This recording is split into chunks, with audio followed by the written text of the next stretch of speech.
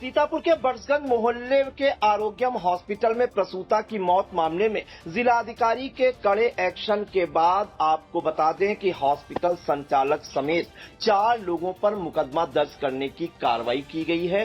कौन कौन सी धाराएं दर्ज की गई हैं और किन 4 लोगों पर मुकदमा दर्ज किया गया है, इन तमाम जानकारियों के लिए हम सीधे फोन लाइन से जुड़ते हैं आई इंडिया के सीतापुर संवाददाता मुत्तलिफ सिद्दीकी के पास। तो मुत्तलिफ जी बताइए कि 2 दिन पहले जो है आरोग्यम हॉस्पिटल पर जो है एक प्रसूता की मौत का आरोप लगा था। बताया जा रहा है कि जो परिजन हैं उन्होंने हॉस्पिटल संचालकों और वहां के स्टाफ पर लापरवाही का आरोप लगाया था और यह कहा था कि प्रसूता की मौत हॉस्पिटल संचालकों और डॉक्टरों की लापरवाही से हुई है। इस मामले में उन लोगों ने काफी हंगामा भी किया था, सड़क जाम की थी, जिसके बाद जिलाधिकारी डॉक्टर राजा गणपतियार ने जो है 3 सदस्यीय कमेटी भी गठित की थी। अब जो है जो मुकदमा दर्ज किया गया है, किन किन लोगों पर मुकदमा दर्ज किया गया है और किन धाराओं में मुकदमा दर्ज हुआ है?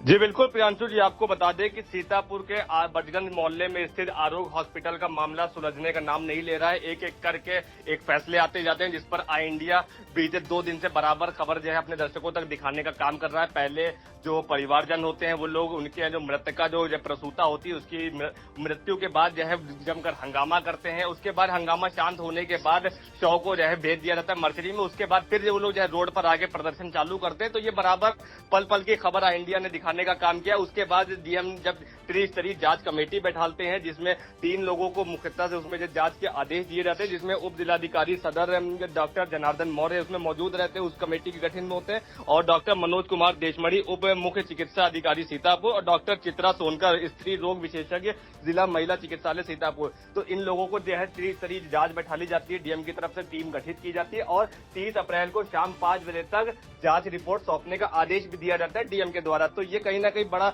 मामला देखा जा रहा है कि जैसे तूल पकड़ती गई है वैसे उसके बाद डीएम संज्ञान लेते हैं, त्रिस्तरीय जांच कमेटी बैठालते हैं और उसके बाद 30 तारीख को शाम 5 बजे तक रिपोर्ट सौंपने की बात भी कही जाती है। और रिपोर्ट जो सामने आती है उसमें सबको चौंकाने वाला उसमें बात सामने आई, क्योंकि 3 लोगों की उसमें लापरवाही सामने आ रही है। एक तो प्रसूता का जो परिवार है, इन लोगों की भी लापरवाही कहीं ना कहीं देखी जा रही है, क्योंकि जब गर्भावस्था वाले मामले में ये थी तो 9 महीने में इन्होंने मात्र 2 बार जांच अपनी करवाई। तो जो बराबर रूटीन चेकअप होता है, बराबर जांच होती है, दवाइयां होती, परामर्श होता है, तो इससे कहीं ना कहीं लोग बचते नजर आए हैं। जांच नहीं कराई है, जिसके चलते इनके शरीर में खून की काफी कमी जो है बताई जा रही थी। तो जब ये महिला चिकित्सालय अस्पताल पहुंचते हैं 26 तारीख को, वहां जो दिखाते हैं तो वहां भी जो है खून की बात कही जाती है और खून मंगवाने की भी बात कही जाती है। तो वहां डॉक्टर से जो है बातचीत होती है तो परिवारजन जो है खून अरेंज नहीं करते हैं और बाहर जाकर प्राइवेट कहीं ब्लड सेंटर से खून अरेंज करते हैं। तो ये खून की कमी ही मुख्य कारण इसमें आ रही है। इसके बाद वहां पर एक लक्ष्मी नामी आशा बहू मौजूद होती है महिला चिकित्सालय सरकारी अस्पताल में। वहां से वो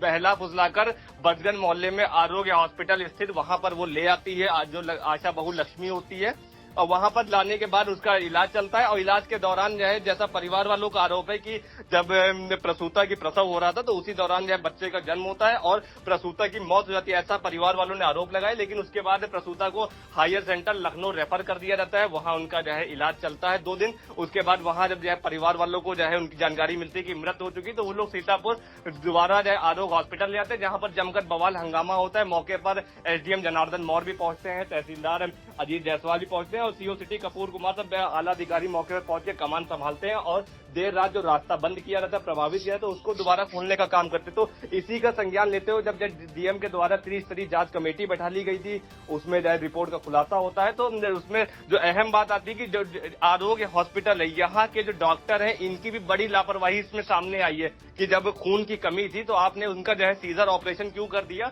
तो ये बड़ी कमी जो है, बड़ी लापरवाही जो है आरोग्य हॉस्पिटल की भी सामने आई थी कि खून की कमी के बावजूद आपने जो है ऑपरेशन कर दिया। उसके बाद उनका बीपी बढ़ता है जो प्रसूता थी और उसके बाद उनकी जो है हालत जो है बिगड़ती जाती है, जिसके बाद उनको लखनऊ भेज दिया जाता है। तो इसमें बड़ी लापरवाही आरोग्य हॉस्पिटल की सामने आई थी, जिसका संज्ञान लेते हुए आज जो है जो डिप्टी सीएमओ है, सीएमओ के द्वारा जो है शहर कोतवाली में तहरीर दी जाती है और तहरीर में जो मुकदमा लिखा जाता है, 4 ये आरोग्य हॉस्पिटल के 4 लोगों के ऊपर मुकदमा लिखा जाता है। और जो हम आपको धारा बताना चाहें तो भारतीय न्याय संहिता BNS 2023 में 106/1 में जो है इनके जो है मुकदमा लिखा जाता है।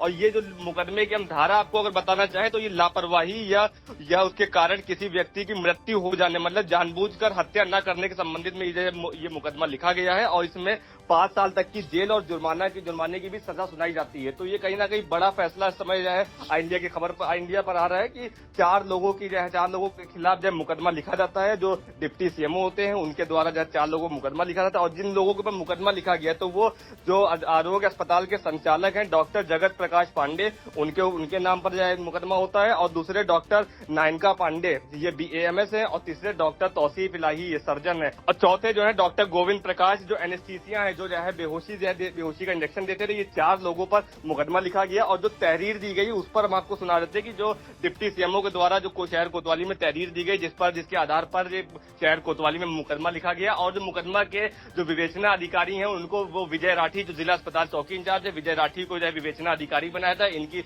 देखरेख में इस केस की पूरी विवेचना की जाएगी। और इसमें मेन जो कारण उसमें बताया गया मुकदमे में जो तहरीर में दिया गया, तो ये लापरवाही जो अस्पताल प्रशासन ने जो बड़ी लापरवाही करी कि खून की कमी होने के बावजूद उन्होंने ऑपरेशन किया, प्रसव किया और प्रसव के दौरान हालत बिगड़ती है, प्रसूता किया, उसके बाद उसकी कहीं ना कहीं मौत भी हो जाती है। तो अब मौत की भी पुष्टि नहीं हो पाई कि सीतापुर में मौत हुई है या लखनऊ ले जाती हुई। लेकिन जो परिवार वालों का आरोप है, उनका साफ कहना है कि मौत यहीं सीतापुर में हो गई थी, लेकिन हम लोग को जानकारी नहीं मिल पाई क्योंकि ऑक्सीजन के सहारे इनको सीतापुर में रखा गया था। जिसके बाद फिर लखनऊ जब भेजा जाता है तो वहां वेंटिलेटर पे रख दिया जाता है। जब हम लोग का पैसा खत्म होता है, 4 से 5 लोग का पैसा, 4 से 5 लाख रुपए का पैसा लगा है, और जब पैसा खत्म हो जाता है तो वो लोग हमको शौ थमा देते हैं, जिसके बाद काफी हंगामा होता है। और जब त्रिस्तरीय जांच कमेटी बैठा ली जाती है, उसके बाद अब ये नया मोड़ आता है सामने आरोग्य हॉस्पिटल के लिए। तो अब कहीं ना कहीं देखा जा सकता है कि डीएम के संज्ञान में आने के बाद त्रिस्तरीय जांच कमेटी बैठा ली जाती है, और जांच कमेटी खुलासा करती है। उसमें जो है लापरवाही का बड़ा आरोप आता है। और जो आशा है लक्ष्मी, उसके द्वारा भी जो लापरवाही की जाती है, जो है मोटे कमीशन के चक्कर में